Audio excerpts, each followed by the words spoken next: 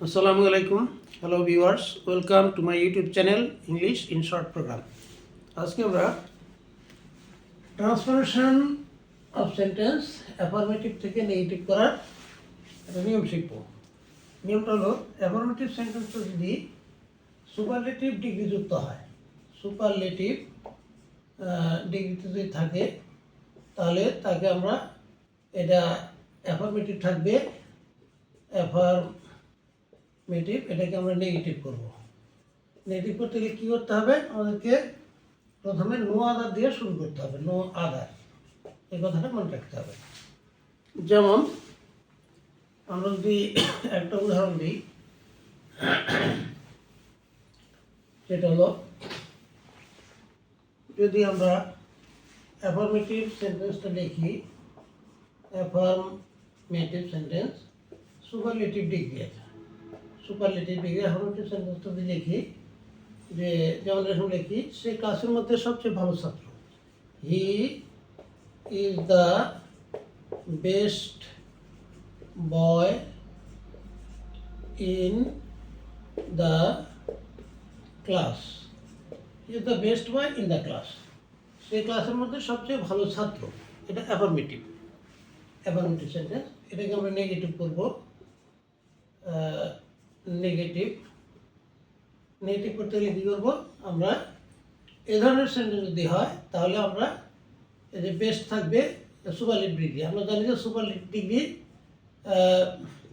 এর আগে দি বসে। তো is the best boy in the class, আমরা এখানে শুরু করব নো আদার দিয়া। নো আদার দিয়ে শুরু করব। শুরু করে এখানে নো আদার, এই যে বয় থেকে ইন দ্য ক্লাস এটুকু লিখবো। No other boy in the class. No other boy in the class is লিখবো, এই ভার্বটা লিখবো, principal verb. No other boy in the class is, তারপরে সো বা এজ লিখবো একটা, সো বা এজ। তারপরে এই যে সুপারলেটিভ ডিগ্রি আছে এর পজিটিভ ফর্ম লিখবো।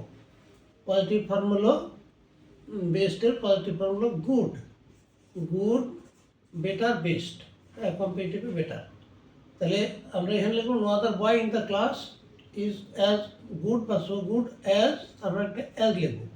অ্যাজ আমরা এখানে সাবজেক্টে বসাবো অ্যাজ হি। হয়ে গেল। তার মানে দেখতে পাচ্ছি যে সুপারলেটিভ ডিগ্রি যুক্ত অ্যাফার্মেটিভ সেন্টেন্স যদি হয় তাহলে আমরা এই অ্যাফার্মেটিভ সেন্টেন্সটাকে নেগেটিভ করতে গেলে আমরা সেখানে নো আদার দিয়ে শুরু করব। নো আদারের পরে এখানে এই যে নো আদার, এই সুপারলেটিভ ডিগ্রির পরে যেটুকু আছে বয় ইন দ্য ক্লাস, এটুকু লিখে দেবো। No other boy in the class, এটা হলো সাবজেক্ট হয়ে গেল। তারপরে প্রিন্সিপাল ভার্ব প্রসব আমরা এখানে ইজ আছে, ইজটা লিখবো।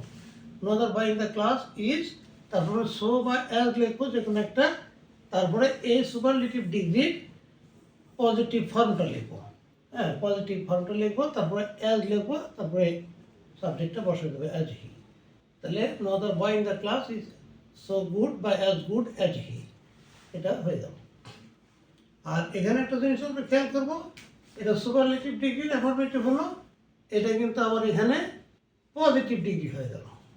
পজিটিভ ডিগ্রিও হয়ে গেল, কারণ এখানে আমরা অ্যাডজেক্টিভটার পজিটিভ ডিগ্রি লিখছি। বেস্টের এটা সুপারলেটিভ আর গুড হলো পজিটিভ। আমরা আরেকটা উদাহরণ দিতে পারি।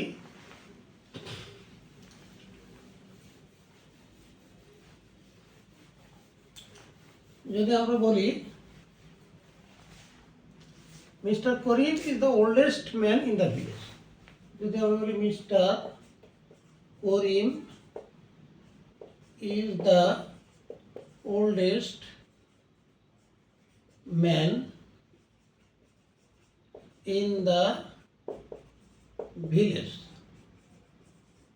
একটা সেন্টেন্স লিখছি। মিস্টার করিম গ্রামের মধ্যে সবচেয়ে প্রবীণ ব্যক্তি, oldest man in the village. তাহলে আমরা এটা অ্যাফার্মেটিভ সেন্টেন্স সুপারলেটিভ ডিগ্রি আমরা এটাকে নেগেটিভ করবো। নেগেটিভ করলে কী করবো?